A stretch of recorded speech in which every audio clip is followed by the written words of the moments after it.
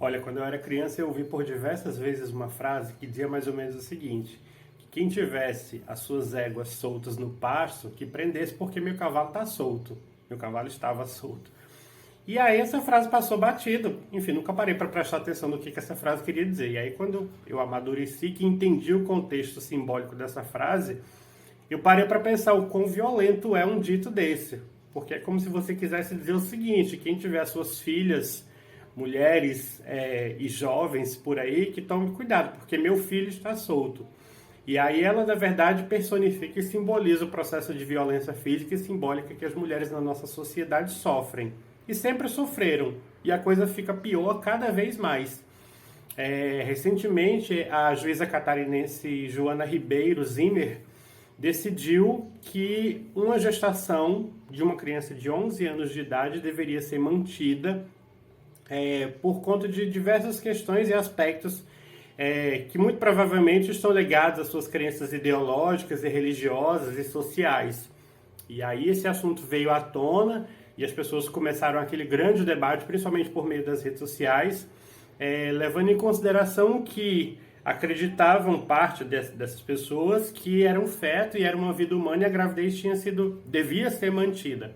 Ainda que se tratando de uma criança de 11 anos de idade, vítima de um estupro, vítima de uma violência física, que é o resultado da perpetuação dessa frase que eu citei anteriormente. E aí a coisa vai para lá e vem para cá, diante da movimentação e da aclamação, a criança se submeteu à questão do aborto e aí a gestação não foi para frente. O que acontece? Posterior a isso, a gente está observando de 2 dias para cá a situação da atriz Clara Castanho, que veio a público mediante pressão, e quando eu digo mediante pressão foi porque a atriz Antônia Fontinelli e o jornalista Léo Dias começaram a fazer uma pressão de dizer que iam soltar a notícia de uma atriz, de uma artista, que decidiu concluir a gestação e doar a criança. Quem era essa atriz? Clara Castanho. E por que ela doou a criança? Porque ela soltou ontem uma nota no seu Instagram declarando que tinha sido violentada, tinha sido estuprada e que decidiu levar a gestação à frente e doar de forma legal essa criança para um lar de adoção. E aí as pessoas também, como no caso anterior, decidiram se posicionar, dizendo que isso era desumano e que etc e tal. Então, resumindo, no final das contas, o que as pessoas querem? As pessoas querem que uma criança de 11 anos de idade leve à frente uma gestação e que não aborte, que seja mãe, mesmo diante de tanta violência.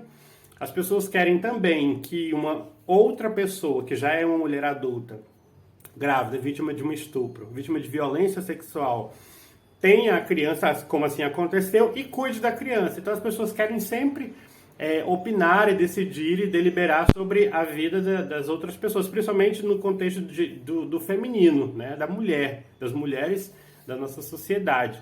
E aí, refletindo sobre esse processo todo, eu observei em alguns posts de algumas amigas via stories no Instagram sobre o posicionamento masculino e o quanto que esse posicionamento masculino ele é importante e é necessário, motivo pelo qual estou gravando esse vídeo, para a gente fazer essa troca de ideia, como eu sempre faço aqui no meu Instagram. Eu acho que o homem, independente de orientação sexual, ele precisa ser mais uma ferramenta de combate na violência contra a mulher. E por que eu digo isso? Porque o homem, na verdade, ele precisa se posicionar não somente por ter filha, não somente por ter namorada, por ter irmã e por ter mãe, mas porque muitas vezes um homem só ouve outro homem. A gente sabe que a realidade é essa. Então, quando você vê uma situação de assédio, quando você vê uma situação de violência, a mulher não só ela está em estado de vulnerabilidade, como ela muitas vezes não tem voz. Então, uma mulher pode gritar por anos que é o seu direito, por exemplo, sair à rua usando roupa curta, que ela não vai ser ouvida. E aí só se o namorado, o irmão, o marido ou quem quer que seja falar, é que às vezes o outro homem dá uma freada. Então, eu acredito que nós, homens, precisamos nos engajar nessa causa. Né? E não só porque é o nosso papel, e não só porque é nosso dever proteger as mulheres das quais nós convivemos, como porque eu acho que também é uma questão que deve ser de apelo coletivo. Então, eu vejo essas situações acontecerem no dia a dia e, honestamente, eu fico, sinceramente, em pânico ver que a gente está em pleno ano de 2022 e vendo mulheres novas, inclusive com 11 anos de idade, que não são um contexto de violência sexual, como a pedofilia, passando por isso, e não era mais pra gente estar debatendo isso não. Então, assim, toda e qualquer oportunidade que eu acho que a gente pode engajar na luta contra o feminicídio, na luta contra a violência física, simbólica e sexual contra a mulher, a gente deve se posicionar.